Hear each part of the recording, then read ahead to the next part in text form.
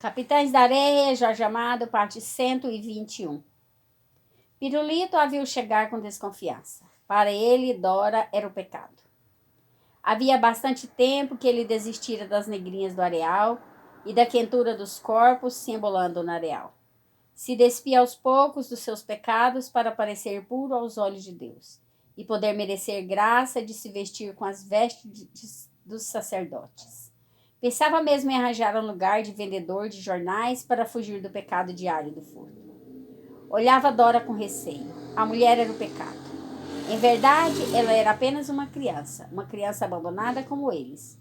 Não ria como as negrinhas do areal, um riso insolente de convite, um riso de dentes apertados pelo desejo. Seu rosto era sério. Parecia o rosto de uma mulherzinha muito digna.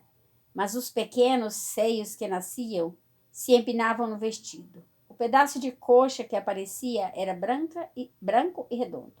Pirulito tinha medo, não tanto da tentação de Dora.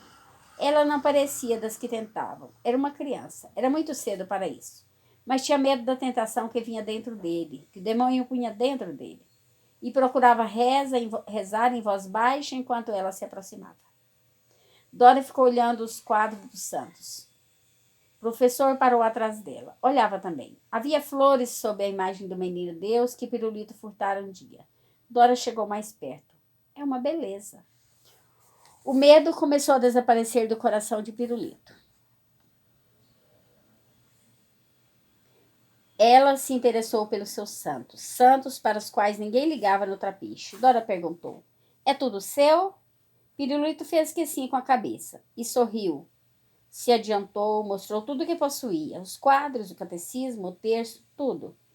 Ela olhava com satisfação. Sorria também enquanto o professor a espiava com os olhos míopes. Pirulito contou a história do Santo Antônio, que tinha estado em 2 lugares ao mesmo tempo. Isso para salvar seu pai da forca, para o qual fora condenado injustamente. Contava do mesmo modo como o professor lia histórias heróicas de marinheiros corajosos e revoltosos. Dora escutava com a mesma atenção e a mesma simpatia. Conversavam os dois, o professor calado, ouvindo. Pirulito contou coisas da sua religião, milagres de santos, a bondade do padre José Pedro. Quando tu conhecer ele, vai gostar. Ela disse que com certeza. Ela já havia esquecido que ela podia trazer a tentação nos seios de menina, nas coxas gordas, na cabeleira loira. Agora falava como uma mulher mais velha que o ouvia com carinho, como uma mãe. Só então compreendeu, porque naquele momento lhe veio a vontade de contar a ela que queria ser sacerdote, que queria seguir aquela vocação, que sentia o chamado de Deus. Só a sua mãe teria coragem de contar isso. E ela está na sua frente. Ele fala: tu sabe que eu quero ser padre? Que bom, fez ela. O rosto de Pirulito se iluminou. Olhou para Dora, falou com a voz exaltada: tu pensa que eu mereço? Deus é bom, mas também sabe castigar. Por quê? Havia espanto na pergunta de Dora. Tu não vê que a vida da gente é cheia de pecado, todo dia? A culpa não é da gente, esclareceu Dora. A gente não tem ninguém. Mas agora Pirulito tinha ela, a sua mãe. Riu satisfeito. Padre José Pedro também já disse isso. É capaz. Riu, mas ela sorriu também, animando. É capaz de que um dia eu seja padre. Tu vai ser sim. Tu quer esse Deus menino para tu? Perguntou ele de repente.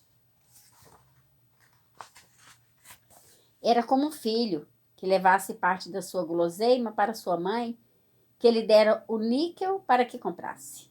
E Dora aceitou. Como uma mãe aceite parte da guloseima do filho querido para que este fique satisfeito.